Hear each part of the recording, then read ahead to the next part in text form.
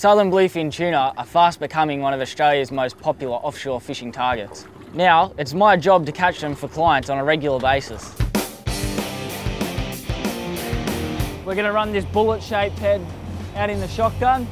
Shotgun pretty much means just the furthest lure out the back. Run this one about 100 metres behind the boat. Always make sure we turn the ratchet back on. We'll stick him in the holder here. Now we're going to set up one of the outriggers. The lure we're going to use on here is more of a pusher shaped style of head. Grabs the water a lot more and allows us to pull our drop back or tag line. This guy here, out on that steel ball there. We generally run one of the riggers a bit further back than the other one. Normally running them about 40 metres behind the boat, and the other one roughly at about 45, 50. Righto, Zach. Get him in?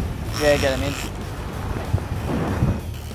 It's quite important to clear the rods with braid on them first. This fish hooked up on a skirt, we're running mono on this rod.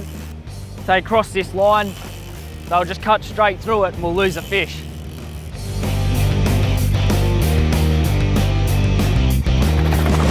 Got him. That's exactly what we're after. Just a school-sized southern bluefin tuna. That was on a mustard Z steel trolling hook there, right in the corner of the jaw. Now our final lure we're going to use is a bib. This one's a Rapala or X-Wrap. You can use classic blue waters.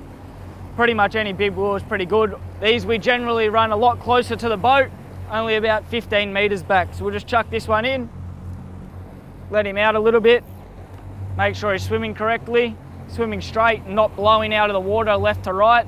On this reel, we'll just check the drag now that it's out. We're running about 4 kilos of drag on this lighter outfit. Feels perfect there, back it off a little bit. Perfect, whack him in the holder.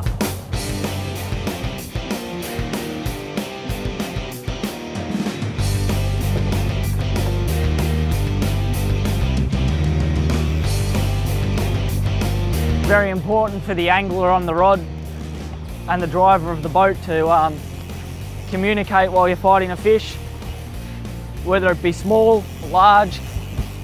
Just get Zach to clear those other rods out for us. Fish are swimming towards me. Then once we've got all them clear, we'll settle in and start fighting the fish. We've actually got this one on a UV lure. It's a UV chartreuse, just a little bullet. When we got that bite, we'll trolling between sort of that 9 and 13 kilometres an hour. It varies a bit as you're punching into the sea and going with the sea. Try and steer him round, but I don't think we're going to. This is definitely the unpreferable side of the boat when you're fighting a fish. You always want to try and keep the fish on the upwind. There we go.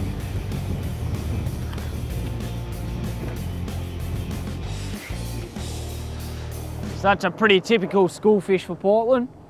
That's on a UV chartreuse lure. Quite a popular colour down here this year and in years gone as well. The Lumo lures are always a good lure. So these are pretty average fish. There was plenty more of them there. That lure we've got there is quite a very good size.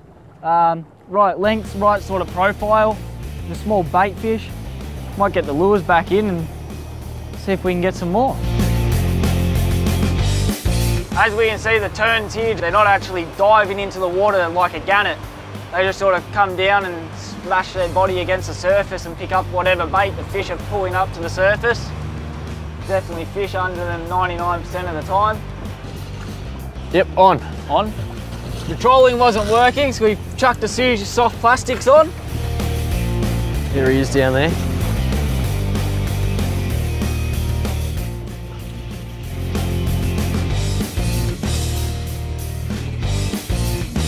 Here he comes. Awesome bluefin on a plastic.